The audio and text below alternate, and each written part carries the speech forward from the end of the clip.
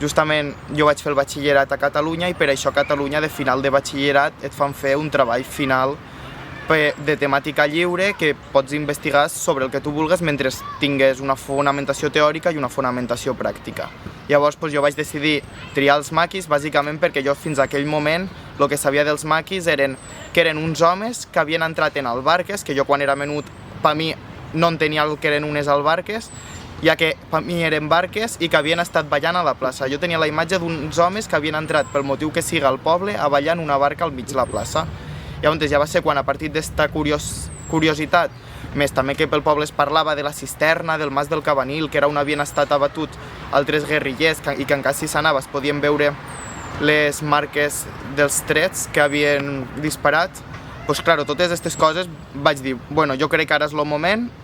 vaig a intentar investigar, el poble encara està quedant gent gran, que serà qui me podrà d'alguna forma en aquesta part pràctica contar les històries, contar les anècdotes i dir que si no ho faig ara, possiblement d'aquí 5-10 anys, quan me poso a investigar-ho, me'n donaré compte que potser molts testimonis orals ja... El meu iaio va néixer al mas de Jacinto, que és el mas que hi ha més pròxim al campament guerriller de Sant Pere Màrtir o del mas de Jacinto, té aquests dos noms, que és un campament secundari que està ubicat allí a la Pobla de Benifassà, i també la germana del meu iaio, que és Rosa Royo Gil, ella es va casar al mas de la Pastora en Domingo Bella Gil i ells dos van ser uns dels que en aquell moment, a l'any 40, van llogar a la Pastora per ajudar-los en les tasques de ramat i la Pastora va estar en ells fins a l'any 49. Jo vaig parlar amb la filla de Rosa Royo Gil, que és la meva tia Domenica, i ella ja me va començar a explicar com havia sigut la seva vida en la Pastora i me va explicar, per exemple, que sobretot que la Pastora, al mas de la Pastora, ella era una persona més, que, com aquell que diu, ella era una xiqueta i sempre la tenia entre els braços, jugant, li comprava moixama, li comprava cafè, que en aquell moment eren coses que avui en dia tenen molt més valor, o sigui, en aquell moment el menjar, com aquell que diu, eren un luxe, tot això que t'estic comentant. I la Pastora va estar al mas de la Pastora des de l'any 40 aproximadament fins al febrer del 49, que és quan ella sofreix una humiliació, i a banda, junt a tot el que sofreix Francesc Gisbert Prades, que és en aquell moment també propietari és propietari del mas del Cabanil, que està al costat, i eren família també dels del mas de la Pastora. Llavors, quan passa tot això, la Pastora veu que la pròxima que van ha de tindre és a ella, i en aquell moment ja és quan ella entra als guerrillers seguint les ordres de Carlos el Catalán, que en aquell moment és cap del 23è sector de l'Agla, i juntament amb això Carlos el Catalán tenia un punt de suport a la Sénia, que era Cinta Solà, i a casa Cinta és quan ja per fi ella deixa de ser Teresa i passa a ser Florencio. Jo normalment, clar, sempre m'estic parlant de Teresa, de la Pastora, en femení, perquè a mi tot el que m'han contat és del període que ella encara en aquell moment estava al poble i es parlava de Teresa. O sigui, jo me costa molt parlar en aquell moment de Florencio perquè jo tinc la imatge del que m'ha contat la gent és de Teresa, però sempre va ser Florencio. O sigui, ella sempre va ser un home i ja, des d'aquell moment que del febrer del 49, que a la Sénia li tallen els cabells i entra els guerrillers amb el nom de Durruti, doncs ja sí que sempre passa a ser Florencio i a tindre nom d'home. I ara, si voleu, vos conto una mica com els memorials que hi ha a la Pobla. I a la Pobla el que hi ha són dos memorials que es van posar l'any 2018, concretament en les primeres jornades dels maquis que es van realitzar, i en elles, o sigui, el cementeri de la Pobla té dues parts, que és primer vaig estar a la part antiga i després ja a dalt està la nova, que està inaugurada de l'any 2000. Llavors, en la part antiga és on estan enterrats Francesc Gisbert Prades, que va ser matat amb la llei de fugues el 9 d'abril del 49, després també està enterrat Vicente Pla Vilalta, que va ser també mort amb la llei de fugues el 12 d'octubre del 49, i ell en aquell moment també va ser mort un altre home, Bautista Lluc Prunyonosa, de Sant Rafel del Riu, però Bautista Lluc Prunyonosa anys després la família ja va agafar el cos i se'l van portar al cementeri de Sant Rafel. Estos són els tres morts que tenim en la... O sigui, que van ser morts en la llei de fugues, matats per part de la Guàrdia Civil, i després a banda també està el cos dels dos guerrillers. El problema està que actualment, anys després, van remodelar el cementeri, van moure els cossos d'un costat a l'altre i realment si ara s'intentés buscar seria molt difícil localitzar on estan enterrats els dos guerrillers. Aquests dos guerrillers van ser morts al Mas del Cabanil a principis de febrer del 49 i després a banda també a un dels nínxols està enterrat el Maki Manolete, que en aquell moment quan lo van matar ja era confident de la Guàrdia Civil i anava vestit com a Guàrdia Civil i el van matar els seus excompanys des de dins del mas, o sigui, els seus companys des de dins del mas van pegar un tret a fora i van matar Manolete, que havia sigut un delator dels maquis perquè ell va ser empresonat a un assalt entre guerrillers i Guàrdia Civil a Portell de Morella, al mas de Guimerà, i llavors a partir d'aquell moment ell ja anava vestit com a Guàrdia Civil, segons el que es comenta per la gent, i ell anava d'alguna forma com a delatant a tots els punts de suport que havien tingut els guerrillers, i per això també en aquell moment hi ha moltes detencions i bueno, o sigui, estos són els cossos que hi ha i Manolet està en un nínxol que la Guàrdia Civil li va voler retre, diguem, és una mena d'honor, com de dir, no eres un cos que està tirat a terra, sinó que tu, com us has ajudat a aconseguir ponts de suport, has delatat molta gent que us va ajudar sent guerrillers, doncs te farem una mica els honors i el van ficar en un nínxol i els altres dos els van tirar per allí. Què posen? Hi ha una inscripció o alguna cosa? No, o sigui, només de la fosa on estan els guerrillers no sap el puesto exacte i després, o sigui, de Francesc Gisbert Prades sí que està la làpida perquè està en un nínxol i després Vicente Pla Vilalta està enterrat al terra i ell també té una creu en la seva foto i després a banda el que sí que hi ha que es va posar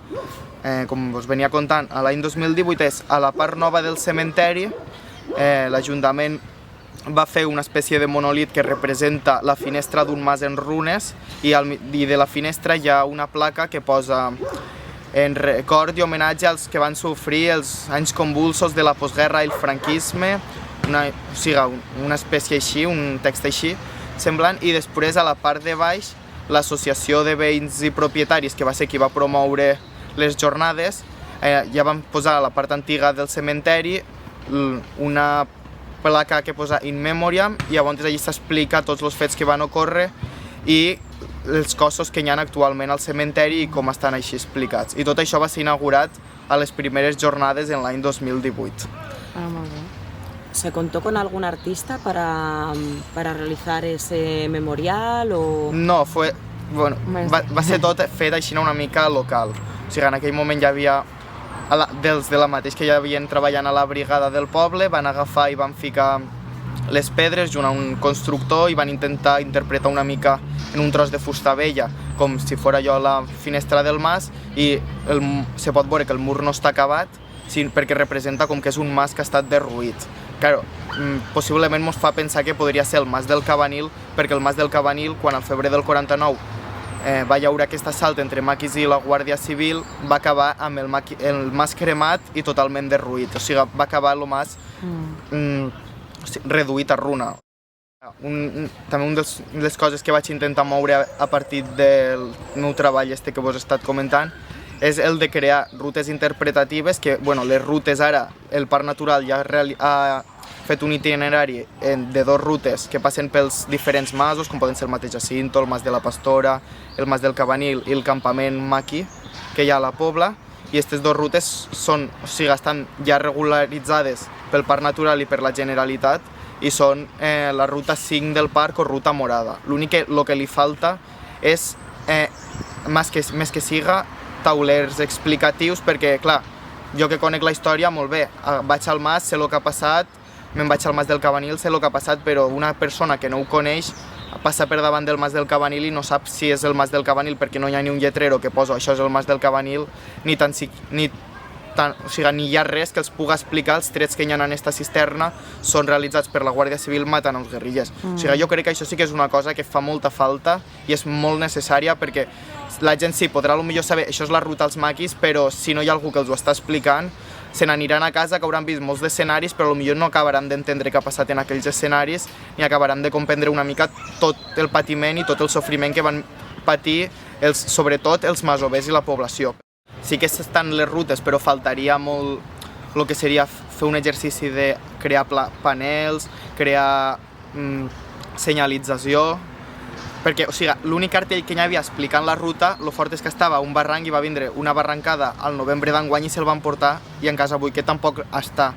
que encara no l'han retornat a reparar. O sigui, que encara si ja es desconeixia poc, encara es desconeix menys perquè la riuada, o sigui, després de la societat haver intentat silenciar el fenomen, encara va haver de vindre una riuada, quan hi havia un cartell que era l'única cosa explicativa que hi havia en tot el poble del fenomen dels maquis, i encara va haver de viure entre la riuada i voler tornar-ho a silenciar d'alguna forma. I per això seria molt necessari que este cartell, la Generalitat, a través dels parcs naturals, lo retornessin, i a banda que durant tot l'itinerari se n'afegisquessin més. I després una altra de les propostes que jo vaig proposar a través del meu treball va ser el de la creació d'un centre d'interpretació de guerrillers i de tot el fenomen que va haure concretament a les muntanyes de la Pobla i de la Tinença, i això és una cosa que també des de l'associació de veïns s'està intentant de quan en quan a veure si podem que algú ens ajude, però és com tot. Si no hi ha diners no es pot tirar endavant, són projectes que necessiten molts de diners, i la idea de fer-lo és que seria el primer que hi ha en tot el País Valencià, ja que crec que l'únic que trobem per la zona està a la Serollera, que ja és la zona de Terol, i per això que la Pobla, sent un dels escenaris més importants en la lluita guerrillera, jo considero que hauria de tindre un centre d'interpretació a l'altura de donar a entendre i conèixer un fenomen tan important que ens ha afectat tant com a societat, perquè, vulgues o no, en cas ara que el franquisme sembla que vulga tornar a impulsar-se, i és un fenomen, o sigui, és que és necessari, és que no és per fer memòria històrica i això, més que res, que per entendre-ho, perquè molt bé, d'aquí 10 anys, quan a lo millor hi ha molts dels testimonis directes que queden, desapareguen, què passarà? Que potser sí que es vol fer, però potser ja no disposarem de tant de material. I és que cada segon que s'està perdent, que no s'està construint aquest centre d'interpretació, és un segon, un minut que s'està perdent de memòria oral que arribarà un moment que es callarà.